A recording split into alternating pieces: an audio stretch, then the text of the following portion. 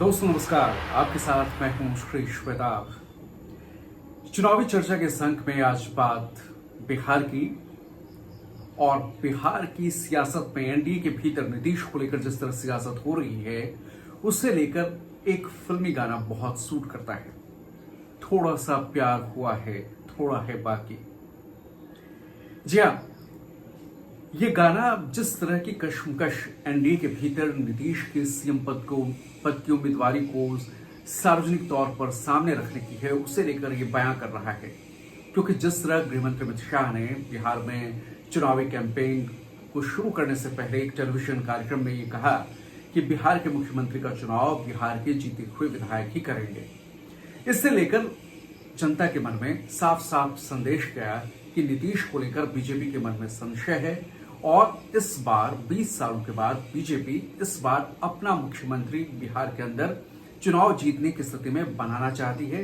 BJP Bihar में अब पिछलग्गू न रहकर लीड करना चाहती है और नीतीश के चेहरे पर, नीतीश के नेतृत्व में चुनाव लड़ने की बात तो वो कर रही है, लेकिन चुनाव जीतने की स्थिति में नीतीश के चेहरे का इस्तेमाल कर बीजेपी उसे दरकिनार करने की, नीतीश को दरकिनार करने की तैयारी योजना पर काम कर चुकी है और बीजेपी चाहती है कि बिहार में उसका अपना मुख्यमंत्री हो। अब ये बात जो है जनता के सामने जैसे जैसे ये बात खुलती जा रही है, बीजेपी और एनडीए के लिए मुश्किलें बढ़ती जा रही हैं और ये मुश्किलें बढ़ाने का काम महागठबंधन ने भी किया है। क्योंकि जिस तरह से महागठबंधन ने तेजस्वी यादव के सीएम के चेहरे पर तेजस्वी यादव के नाम का ऐलान किया, डिप्टी सीएम के तौर पर मुकेश सहनी के नाम का ऐलान किया और साथ ही ये भी ऐलान किया कि चुनाव में जीतने के बाद अन्य जाति धर्म के लोगों को भी डिप्टी सीएम बनाया जाएगा और एक से ज्यादा डिप्टी सीएम बिहार में तेजस्वी सरकार में होंगे। न सिर्फ तेजस्वी के नाम का ऐलान किया गया बल्कि तेजस्वी प्रण भी महागठबंधन ने जारी कर दिया। इस मामले में महागठबंधन एनडीए से आगे है। उसने न सिर्फ चेहरे को आगे किया बल्कि अपना विजन डॉक्यूमेंट, अपना संकल्प पत्र तेजस्वी प्रण के नाम से भी सामने रख दिया। अब महागठबंधन ने ताल ठोक कर एनडीए से पूछा है कि हमारा चेहरा तो तेजस्वी है भाई, अब आप अपना चेहरा बताइए। क्या नीतीश कुमार बिहार के मुख्यमंत्री जीतने के बाद अगर चुनाव जीतती है बीजेपी तो बनेंगे या फिर बीजेपी नीतीश को हटा देगी? ये बात आप साफ साफ बता दीजिए। क्योंकि महागठबंधन कह रही है, जनता से कह रही है कि नीतीश के नाम का इस्तेमाल कर रही है एनडीए नीतीश के नाम का इस्तेमाल कर रहा है और नीतीश के चेहरे पर वो चुनाव तो जीतना चाहती है बीजेपी और सहयोगी दल, लेकिन नीतीश को सीएम के पद पर अब वो देखना नहीं चाहते। ये कुछ ऐसा ही है जैसा कि लोकसभा चुनाव के दौरान 2024 के, अगर आपको याद हो, ज्यादा वक्त नहीं हुए हैं, बीजेपी ने 400 पार का नारा दिया था और अयोध्या से बीजेपी के एक सांसद ने यह कह दिया था कि 400 पार बीजेपी आई तो संविधान में परिवर्तन होगा, संशोधन होगा। और उसके बाद महागठबंधन, इंडिया गठबंधन ने इस मुद्दे को 400 पार के नारे को न सिर्फ संविधान बदलने से जोड़ दिया बल्कि आरक्षण खत्म करने की बीजेपी की साजिश करार दिया था। और उसके बाद बीजेपी को इसकी जो कीमत चुकानी पड़ी वो अब जग जाहिर है। 400 सीटों के पार आने का दावा करने वाली पार्टी बीजेपी 240 सीटों पर, महज 240 सीटों पर 272 के जादुई आंकड़े को भी छू नहीं पाई बीजेपी और 240 सीटों पर सिमट गई। और उसके बाद मोदी सरकार कहने वाली बीजेपी को अब बार बार याद दिलाना पड़ा कि इस बार केंद्र में एनडीए सरकार है और केंद्र की जो एनडीए सरकार है वो नीतीश और चंद्रबाबू नायडू की बैसाखियों पर चल रही है। क्योंकि बहुमत के लिए दोनों ही पार्टी अहम है। शिंदे की भी पार्टी अहम है, नीतीश अहम है और चंद्रबाबू नायडू अहम है। शिंदे के साथ बीजेपी ने खेला कर दिया महाराष्ट्र में।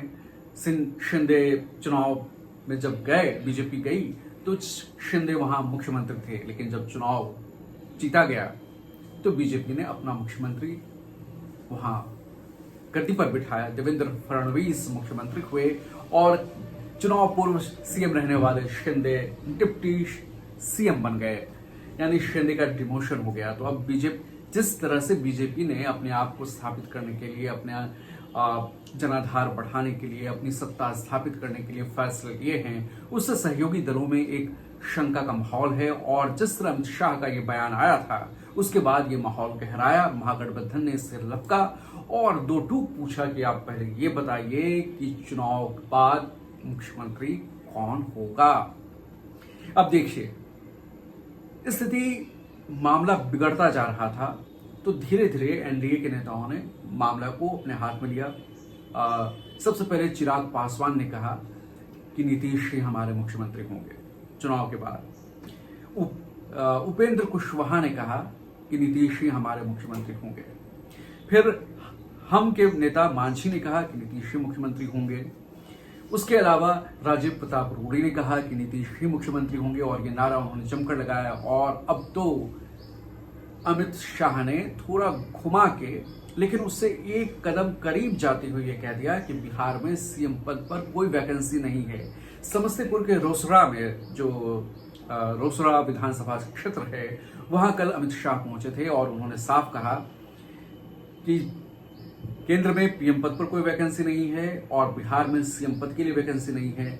लेकिन वैकेंसी तो नहीं है, ये तो है कि नीतीश इस कार्यकाल में सीएम है। लेकिन 25 से 30 फिर से नीतीश, इस पर अमित शाह कहते हुए एक कदम पीछे रह गए कि नीतीश ही 25 से 30 भी मुख्यमंत्री रहेंगे। लेकिन उन्होंने इतना कह दिया, जो पिछले बयान था उनका कि विधायक जीतने के बाद फैसला करेंगे, उससे थोड़ा सा आगे बढ़ते उन्होंने ये कह दिया कि फिलहाल सीएम पद के लिए कोई वैकेंसी नहीं है, ना तो पीएम पद के लिए वैकेंसी है। यानी पीएम नरेंद्र मोदी हैं और सीएम नीतीश हैं, लेकिन नीतीश रहेंगे या नहीं, ये संशय जनता के मन में जा रहा है और महागठबंधन से आगे बढ़ा रहा है। महागठबंधन बार बार यही सवाल पूछ रहा है कि नीतीश का क्या इस्तेमाल कर बीजेपी दूध में पड़ी मक्खी की तरह उन्हें बाहर का रास्ता दिखा देगी। क्या बीजेपी ने इस बार मन बना लिया है कि इस बार किसी भी हाल में नीतीश नहीं होंगे? अगर पार्टी जीतती है तो एनडीए में इस बार नया चेहरा होगा और वो चेहरा बीजेपी का होगा।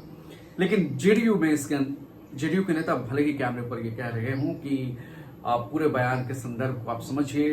अब अमित शाह ने भी ये वैकेंसी नहीं होने की बात जरूर कही है, लेकिन प्रधानमंत्री मोदी ने अब तक एक बार भी ये नहीं कहा है कि जो बिहार के लाडले मुख्यमंत्री जिन्हें वो कहते हैं नीतीश को, उन्हें लेकर एक बार भी ये नहीं कहा है कि नीतीश बाबू ही 25 से 30 कमान संभालेंगे, विकास की रफ्तार को आगे बढ़ाएंगे। पीएम मोदी अब तक उन्होंने ये बात नहीं कही है। नीतीश के नेतृत्व में चुनाव लड़ने की बात वो कर रहे हैं, नीतीश के हाथ को मजबूत करने की बात कह रहे हैं, लेकिन ये नहीं कह रहे कि 25 से 30 फिर से नीतीश ही होंगे। और यही बात अमित शाह भी इस अंदाज में नहीं कह रहे। हालांकि उन्होंने लगभग पलटी मारते हुए ये तो कह दिया है कि सीएम पद की कोई वैकेंसी नहीं है और सोनिया जी अपने बेटे को पीएम बनाना चाहती हैं और लालू जी अपने बेटे को सीएम बनाना चाहते हैं और दोनों की ख्वाहिश पूरी नहीं होगी। क्योंकि 25 से 30 नीतीश का नारा तो उन्होंने नहीं दिया, लेकिन ये कहा क्योंकि बिहार में अभी सीएम नीतीश है और पीएम मोदी। अब एक बात ये भी विश्लेषकों के जहन में है कि 2020 के चुनाव में जिस तरह चिराग पासवान ने जेडीयू को नुकसान पहुंचाया था, उसका खामियाजा इस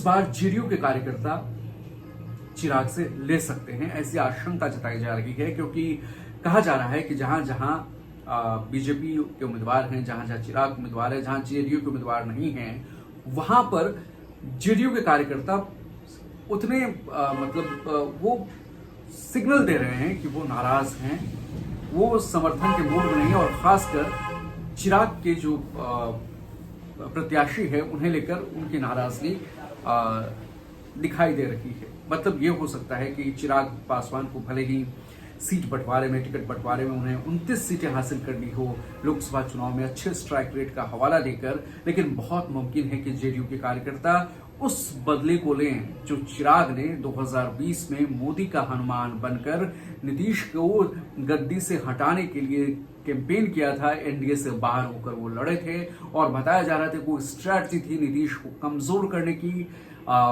जेडीयू को कमजोर करने की, और उसी स्ट्रैटेजी के तहत अमित शाह और चिराग पासवान ने मिलकर एक रणनीति तैयार करते हुए एनडीए से अलग रहते हुए चिराग ने चुनाव लड़ा था और सीटें तो उन्हें एक जीत पाए, लेकिन जेडीयू को हराने में अहम भूमिका निभाई थी और उसी का बदला लेने की कोशिश इस बार जेडीयू के कार्यकर्ता कर सकते हैं, ऐसी आशंका जताई जा रही है। क्योंकि जो संदेश जा रहा है आलाकमान तक, बीजेपी तक, अमित शाह तक, उसी के बाद अमित शाह ने रोसड़ा में ये बातें कही हैं कि अभी सीएम पद की कोई वैकेंसी बिहार में नहीं है।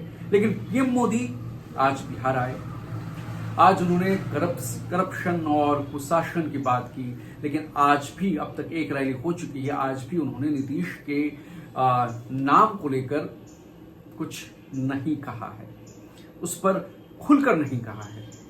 एनडीए के नेता बोल रहे हैं कि नीतीश ही रहेंगे, कोई संशय नहीं है, क्योंकि उन्हें डर सता रहा है कि महागठबंधन ने जिस तरह से इस मुद्दे को लपक लिया है उसका खामियाजा उन्हें उठाना पड़ सकता है।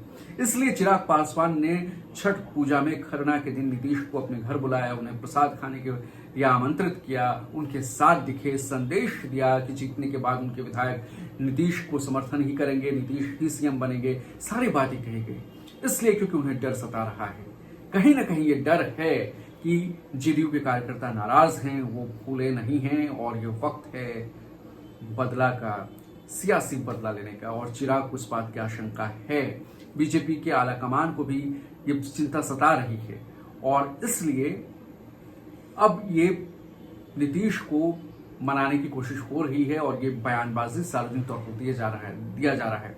और नीतीश भी सार्वजनिक तौर पर ये कह रहे हैं कि इधर उधर हो गए थे लेकिन अब नहीं होगा, विकास के लिए एनडीए के साथ ही हैं, एनडीए के साथ ही रहेंगे, ये नीतीश बाबू बोल रहे हैं। लेकिन अंदर ही अंदर उन्होंने बीजेपी को बहुत प्रेशर में डाल दिया है और नीतीश ने बता दिया है कि वो शिंदे नहीं हैं, उनकी खामोशी में ही उन्होंने बता दिया है। और राहुल भी अब अटैक कर रहे हैं। कल आज जहां प्रधानमंत्री मोदी की रैली है बिहार में मुजफ्फरपुर में, तो वहां कल राहुल की रैली थी। राहुल ने भी ये कहा कि नीतीश का तो सिर्फ चेहरा है, 4 लोग मिलकर बिहार चला रहे हैं और बिहार को रिमोट कंट्रोल से सरकार चलाई जा रही है। तेजस्वी बदलाव की बात कर रहे हैं। लेकिन अब सिर्फ बात यहां पर है कि कोशिश पूरी हो रही है कि ये संविधान बदलाव वाली स्थिति ना हो जाए, नीतीश को लेकर इस तरह की बातें ना इतने गहरे जनमानस में फैल जाए कि बीजेपी को जदयू के समर्थक वोट ही ना दे, एनडीए के घटक दलों को जदयू के समर्थक वोट ही ना दे, ऐसी स्थिति ना हो जाए, इसकी चिंता अब उन्हें सताने लगी है। और इसलिए तमाम तरह के सियासी बयानबाजियां जो हैं वो जनता को, मन को स्थिर करने के लिए, उन्हें आश्वस्त करने के लिए दी जा रही। अब रही मुद्दे की बात, तो वादों की तो भरमार है, एक के बाद एक तेजस्वीकरण है, लेकिन जो मुख्य मुद्दा है वो जंगल राज है। मतलब मानो ठान लिया है बीजेपी ने कि जंगल राज पे ही आरजेडी को घेरना है, जंगल राज पे ही कांग्रेस को लपेटना है और जंगल राज के मुद्दे पर ही आगे बढ़ना है। क्योंकि सब मुद्दों से भारी उन्हें 20 साल के अपने काम को पीछे रख रहे हैं नीतीश के विकास पुरुष बताने वाले अमित शाह और मोदी जी अपनी बात गिनाने से पहले जंगल राज की याद दिलाते हैं। और अखबारों में जो विज्ञापन आ रहे हैं वो जरा देखिए, मैं आपको दिखाता हूँ। ये अखबार है, सर देखिए, ये है दैनिक जागरण और दैनिक जागरण में ये फ्रंट पेज पर ऐड छपा है। आप देखते हैं कि ये देखिए कि ये झूठे वादे गलत इरादे, ये आरजेडी के शासन की और कांग्रेस के शासनकाल में जो उन्होंने वादे किए हैं उसे लेकर ये बात कही गई है। साथ में ये बात कही गई है कि जंगल राज की मार 1990 से 2005 के बीच जंगल राज की मार नहीं भूला है बिहार, ये कहा गया है। और कई एग्जाम्पल्स दिए गए। ये कल के अखबार दैनिक जागरण है, ये आज का दैनिक भास्कर है, ये सब बिहार के संस्करण है और इसमें प्रमुखता से बातें छपी है। आप ये देखिए फ्रंट पेज पर ऐड आप देख रहे हैं। ये जंगलराज को लेकर ये बातें की गई, एनडीए का कैंपेन है। फिर उसी तरह हिंदुस्तान में भी आज का हिंदुस्तान जो बिहार का नंबर 1 अखबार कहलाता है, इस पे भी आप देखिए फ्रंट पेज पर यही जंगलराज की तस्वीर और जंगलराज की बातें कही गई है।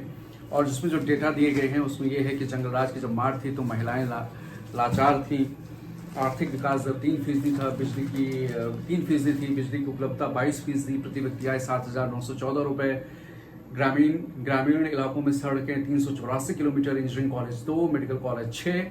लेकिन अब है कि भूलेगा नहीं बिहार। और दूसरा टॉपिक है इसके साथ कि जानता है बिहार। तो क्या जानता है बिहार? बिहार ये जानता है कि एनडीए की रफ्तार है 1,45,00,000 आत्मनिर्भर जीविका दीदी हैं, बिजली की उपलब्धता है 100%, आर्थिक विकास दर 11.9%। ये सारे डेटा आप यहाँ देखिए, ये दिए हुए हैं।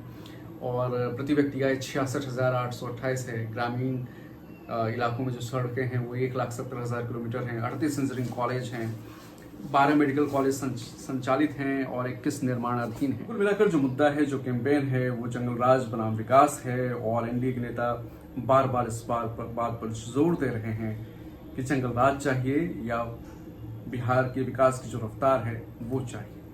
तो दोस्तों, आज के इस वीडियो में इतना ही। अगर आपको हमारा वीडियो पसंद आया हो तो उसे लाइक करें, शेयर करें, सब्सक्राइब करें और अपनी राय कमेंट बॉक्स में जरूर रखें। धन्यवाद, बहुत बहुत नमस्कार।